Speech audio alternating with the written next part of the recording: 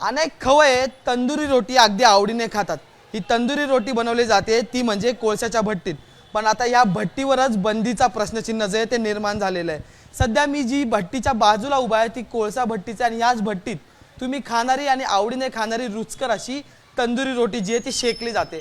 पण उच्च न्यायालयाच्या सांगण्यानंतर जे ते मुंबई महानगरपालिकेने हॉटेल चालक मालक आणि जे हॉटेल कोळशावर तंदुरी रोटी शेकतात त्यांना नोटिसा बजावलेल्या आहेत आणि म्हटलंय की जुलै महिन्यापर्यंत ह्या संपूर्ण कोळशाच्या भट्ट्या जे आहे त्याचं रूपांतर इलेक्ट्रिक भट्टीत किंवा मग सीएनजीच्या वापरातल्या भट्टीत जे त्याचं रूपांतर करून त्या सुरू करावेत असे थेट नोटिसा सुद्धा आता महानगरपालिकेने हॉटेल चालक मालक या सगळ्यांना जे ते देण्यात आलेलं। मी ज्या हॉटेलमध्ये उभा आहे ही जी एकंदरीत भट्टी आहे त्यांना सुद्धा ही नोटीस जी आहे ती आलेली आहे। त्यामुळे आता या संपूर्ण प्रकरणी हॉटेल चालक मालक यांची भूमिका काय असणार, हॉटेल चालक मालक संघटना या ज्या नवीन नोटिसा जाहीर केलेल्या त्याच्या समोर कसं जाणार आणि मग जर या संपूर्ण भट्ट्यांचं रूपांतर इलेक्ट्रिक भट्टीत किंवा मग सीएनजी भट्टीत झालं तर मग तुमच्या खाणाऱ्या रोट्या तशाच रुचकर लागणार का हा सुद्धा प्रश्न आहे। पण दुसरा महत्त्वाचा मुद्दा आहे की ह्या ज्या हॉटेल चालक मालक संघटना आहेत किंवा हे हॉटेल व्यावसायिक आहेत ते हा निर्णय मान्य करणार का आणि मग त्यांच्या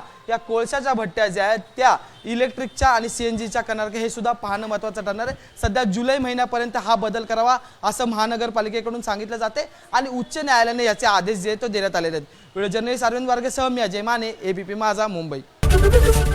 एबीपी माझा, उघडा डोळे बघा नीट।